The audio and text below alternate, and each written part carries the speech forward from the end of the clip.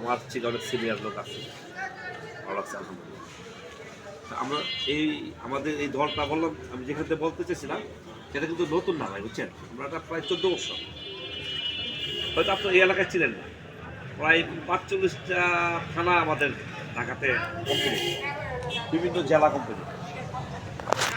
এই যে লাভ, সবাই কিন্তু লাভ চায় যে ভাই এটা করলে লাভ কি, ঠিক না?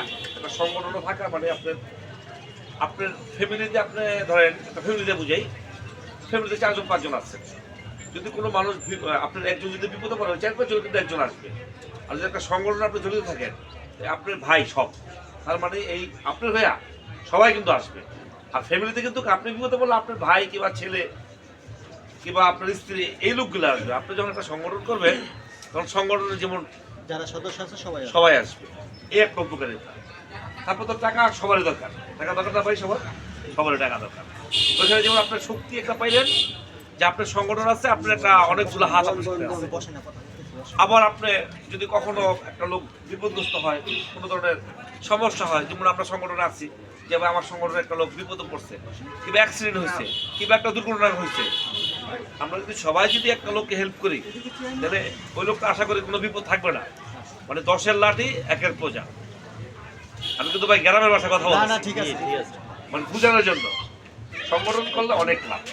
আপনার পাশে আমরা সবাই আছি, আপনার কোনো বিপদে আমরা আছি, আপনার কোনো অর্থের প্রয়োজন, সেইটাও আমরা ইনশাল্লাহ সবাই বিবেচনা করবো। সবাই যদি একজন লোকের ধরেন 1000 টাকার দরকার, একজন চাইলে একজন যদি 1000 টাকা চান, একজনের কাছে সে দিতে পারবে না। আমরা 10 জন যদি 10 টাকা করে দিই, 1000 টাকা কিন্তু হয়ে গেল। অনেক ধরনের লাভ আছে নতুন সংগঠন আপনাদের এই এলাকায়। আমরা চাই যে আপনারা সংগঠন করেন, উপকার হবে ইনশাল্লাহ। আর যত চালক সবাই, আমরা রিক্সা চালাই, কেউ ভ্যান চালাই, কেউ সিএনজি চালাই, কেউ বাস ট্রাক চালাই, বিপদ হইতেই পারে ভাই। সংগঠন করলে তো লাভের শেষ নেই, কিন্তু ক্ষতি নেই ইনশাল্লাহ। ক্ষতি নেই, আপনারা করেন এই সংগঠন। আশা করি আমরা আপনাদের পাশে থাকবো। আমাদের অনেক সিনিয়র লোক আছে যারা পুরা দেশ চালায়, কেন্দ্রীয় কমিটি, বিএনপি, এই সংগঠন সবাই জানে, চিনে একদম। ম্যাডাম জিয়া হতে তারেক যেতে সবাই চিনে এই সংগঠন। আমরা সংগঠনের সাথে অনেক বছর, প্রায় 14 বছর। এতদিন তো আমরা দূর সময় কাটাইছি, সবাই দূর সময় কাটাইছি। এই 14 বছরে মানে বিরোধী দল ছিলাম, ঠিক না?